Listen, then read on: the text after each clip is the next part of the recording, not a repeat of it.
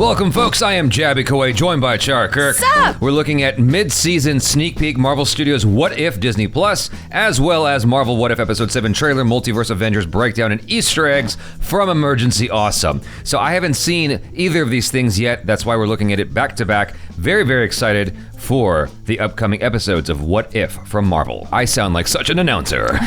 Yeah, what's going on with that? I don't know. It's because of the headphones and the mic. It's like, ooh, I'm in that. And then also we just live streamed, and so I'm doing the voice all for 2-3 hours. If you guys haven't already, please subscribe and hit that bell icon, all notifications, and vote this video up to let YouTube know you're enjoying what you're watching. All right, here we go. Why stop at one hero? When we can show you all of them. What? Heroes are forged in darkness, defined by sacrifice. There is still hope for the multiverse. Here we go. We do not back down from a fight. Aye, aye, Commander. Now or never. Zombies, great idea. That doesn't sound ominous at all. Hey! Who needs a plan? I have a shield. Yeah.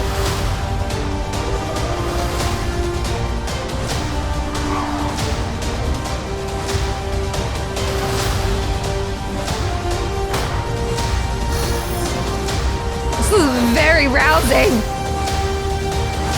What happened to you? You will see. What the hell? Was that Jeff Goldblum? Yeah. Of the multiverse. Or small, if you catch my drift.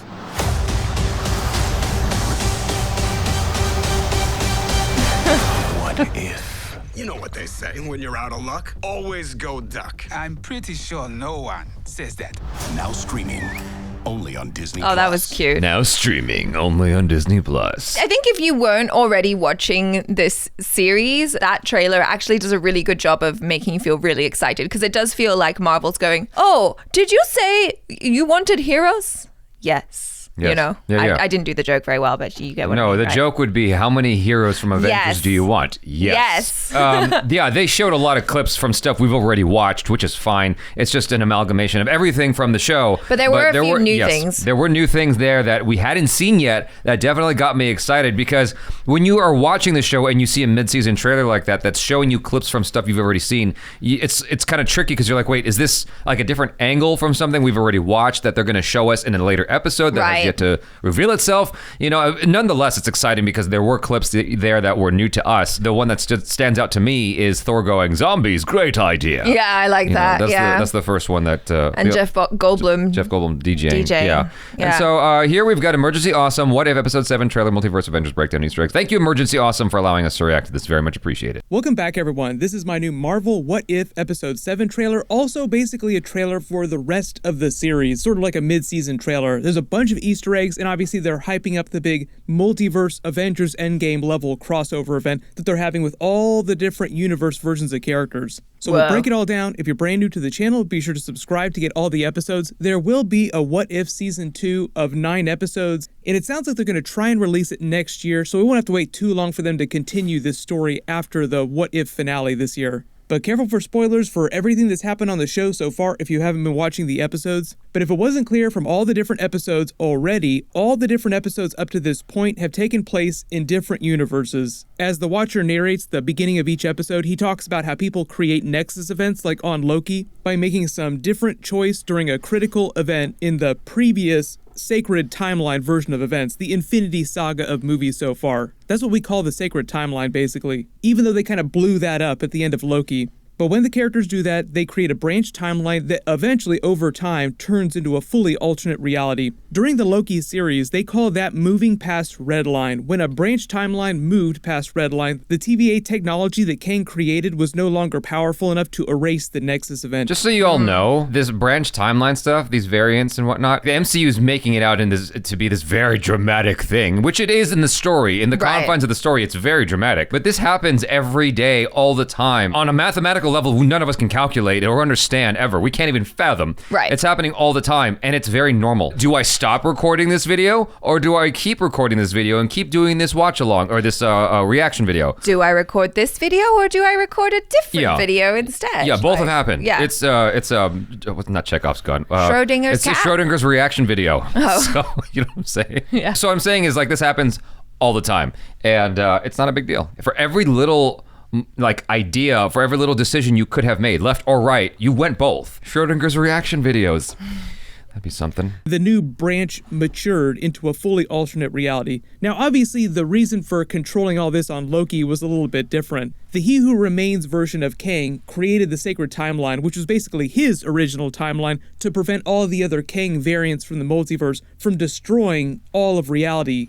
The What If series is taking just a slightly different spin on that. Like off in a different part of the multiverse, events are conspiring to foobar the entire multiverse the same way that the Kang multiverse war will, but just using different characters to do that. Do you know what FUBAR means? Yeah, effed up beyond all recognition, repair, yeah. Beyond all recognition, yeah. And if it wasn't clear, the Marvel producers, the What If people, Kevin Feige clarified that the What If series is canon to the MCU, although you should think of it as the Marvel Cinematic Multiverse now. You can make the joke that everything is now canon through the multiverse, technically. I'll also be talking about this when we get into Venom Let There Be Carnage videos as well, talking about Tom Holland Spider-Man crossover, post-credit scenes, all that stuff. But during the What If intro graphic of the Shattering Prisms, that's meant to be a different representation of the Loki effect of creating branch timelines. But as you can also see from this new trailer, there are still a couple major Avengers characters from other universes that we have not met yet in the episodes. Yes. The biggest one being Party Thor, who's being voiced by Chris Hemsworth. He did come back to do his episodes. Ultron, who I think they're calling the Infinite Ultron because he's the one who gets the 6 Infinity Stones in Vision's body. This version of Black Widow with Captain America's shield, or an alternate version of Captain America's shield, an alternate Ronin version of Hawkeye, and Captain Marvel, at least. There could be more characters that just don't show up in this trailer. There are only 3 more episodes, so I'm assuming that the next 1 or 2 episodes will finish introducing all the new characters. Then either the last episode, like episode 9, or the last 2 episodes will be them doing the actual big multiverse version of the Avengers Infinity War and Avengers Endgame event. Ultron having all the stones? Yeah. That is frightening autofocus. That's terrifying. That is crazy. Yeah. Oh, sorry. For those of you who are not on the Indian side, I say autofocus instead of saying as because to me it's hilarious because AF stands for autofocus. I had to explain that joke. Hopefully never again. That's crazy autofocus to me. We just rewatched that, and he was a very formidable villain, but he only lasted 1 film, and I feel like he kind of petered out in the last 30 minutes in a way that was very disappointing. Like I wished, and I rewatched my review of the film that I did with Sintel and Courtney Wright.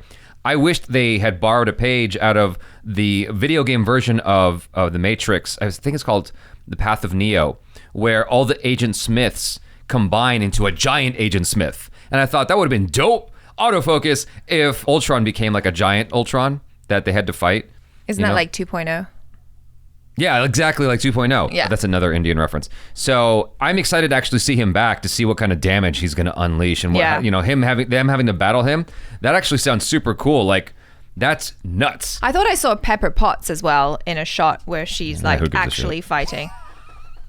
I'm just joking. I just, honestly, I've never cared about Pepper Potts as an Avenger. I mean, yeah, I'm not that bothered, but that is another character. I mean, we did see her in last week's episode, but she wasn't like doing anything super badass apart from just covertly watching Killmonger and going like, I don't trust this guy as far as I can throw him. Well, she was busy misleading people on, science and how to take care of yourself health-wise. Let's differentiate the actress from the character. It's hard not to. Okay. Like, create that overlap. Get back in the kitchen. No.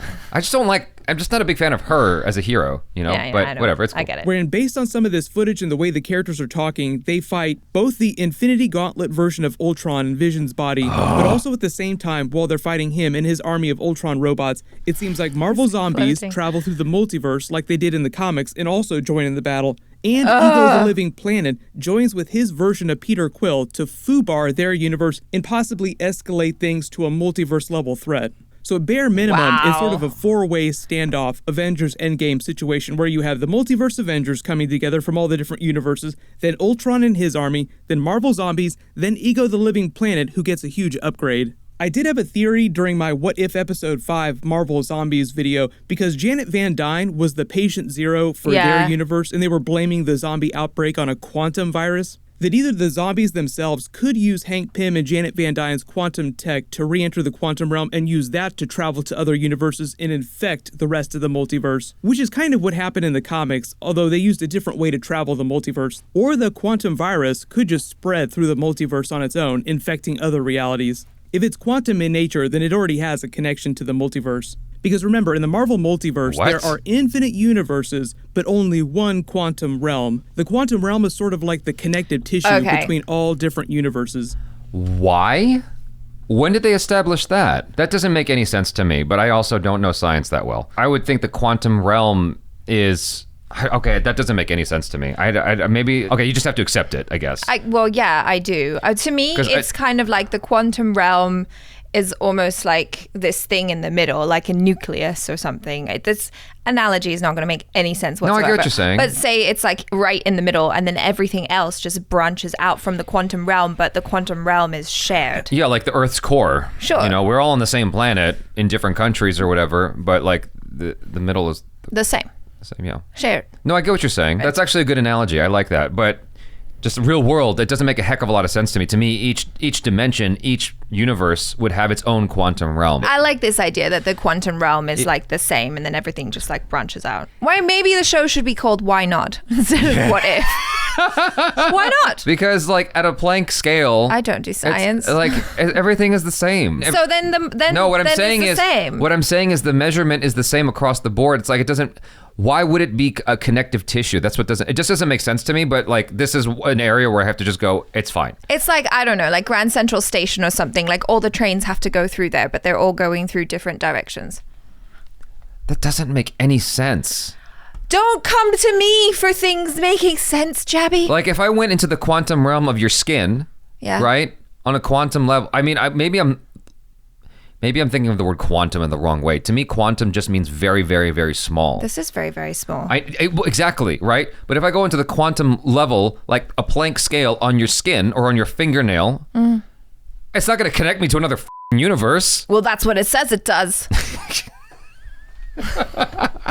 That's why in the Marvel movies, the Avengers are able to use that to travel to different points in the timeline in different realities. It also why Kang the Conqueror is going to be the main villain of Ant-Man 3 Quantumania, because all the Kangs used quantum energy to travel to different realities and start the Kang multiverse war. But if it wasn't obvious from this trailer, all the characters that they highlight in the trailer are meant to be the characters that will participate in the major Multiverse Avengers team-up crossover. Like, that's why they shout them all out in the trailer. And I love the joke about there being two versions of Doctor Strange. Doctor Strange and Doctor Strange. But as you can see, pretty much all the major characters from each of the episodes are coming back. And for instance, they're continuing at least some of the stories in the different universes. For instance, you see Captain Carter, she's wearing the Winter Soldier stealth version of her costume, like Captain America's stealth costume from the Winter Soldier movie. Just this past week in What If Episode 6, Killmonger's able to take the throne of Wakanda and become the next Black Panther.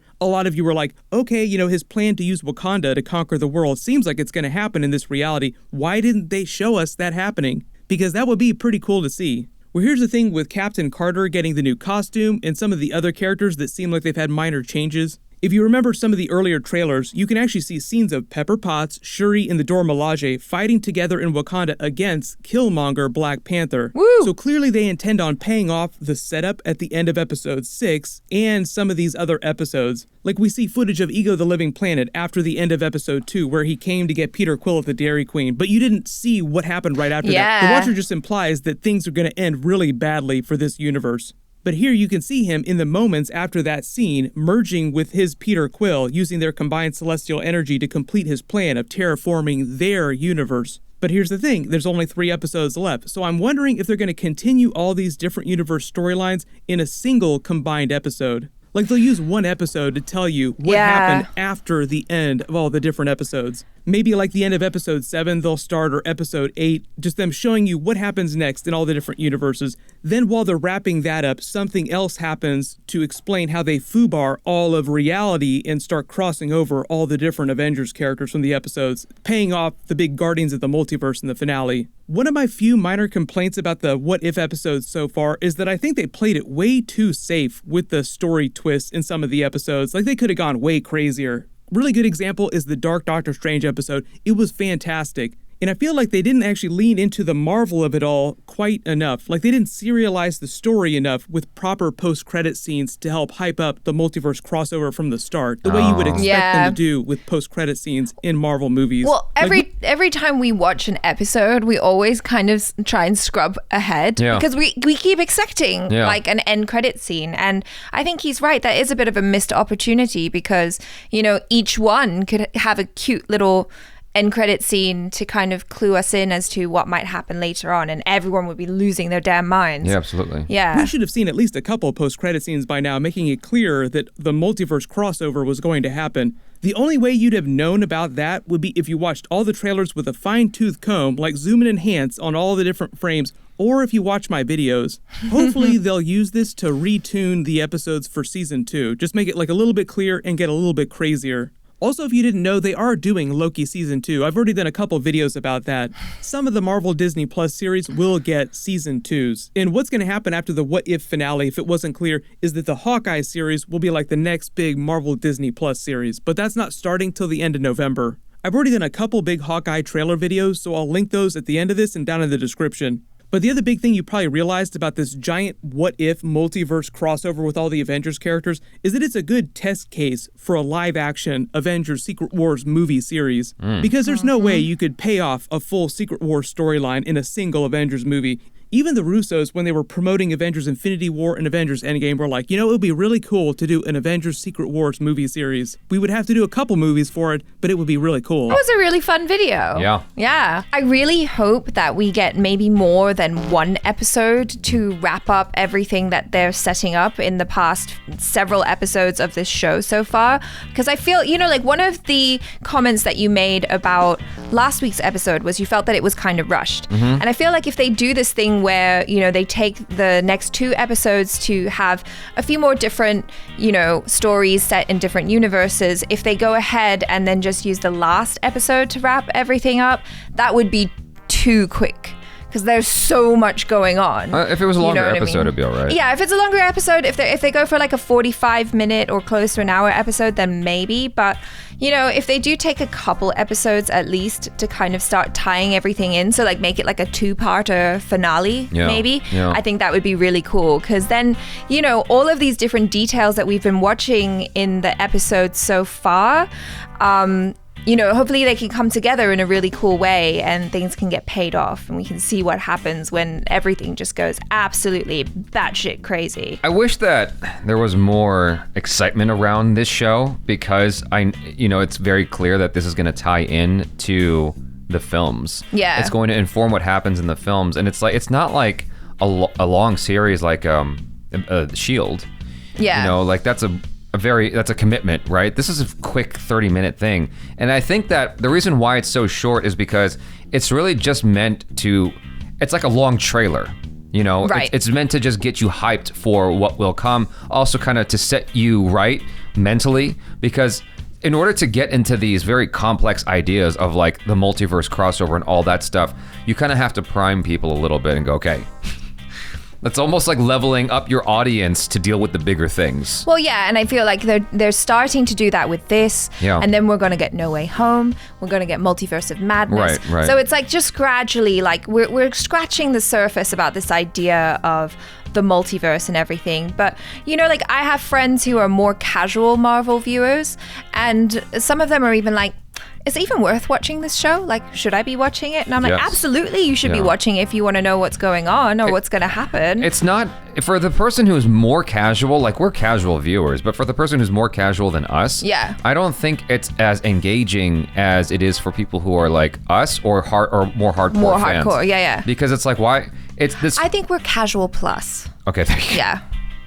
Disney Plus. Yeah, Plus. like a little bit more than casual, but we're not. I mean, like, obviously, we're watching these breakdown videos and uber stuff like that all the hardcore. time. So I think casual viewers don't necessarily watch these breakdown videos. I think we're ahead of casual viewers. Okay, Like, give so us some credit. A little okay? bit higher than that. Sure. Casual okay, fine. plus. Fine.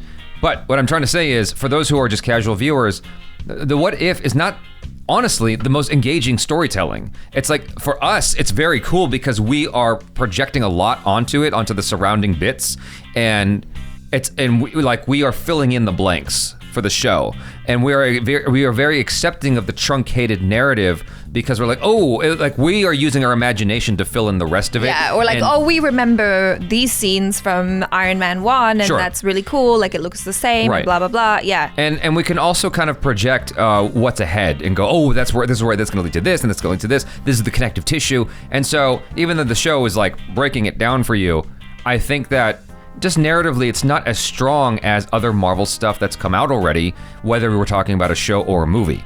And so, Sure. I wish that it was narratively stronger for that casual viewer, because I think that this is such a cool club, the Marvel movies and shows and stuff like that. I think it's such a cool club to be able to talk about this stuff. It's very exciting. Anyway, that's my 2 cents about it. I still am very excited with each What If episode, even though, like, for me, just for, full transparency, like, there's plenty of movies out there that I think are narratively terrible, but I still love them. I still really enjoy them. Even if Eternals is told in a terrible way, I'm probably still gonna really like it because of the concept.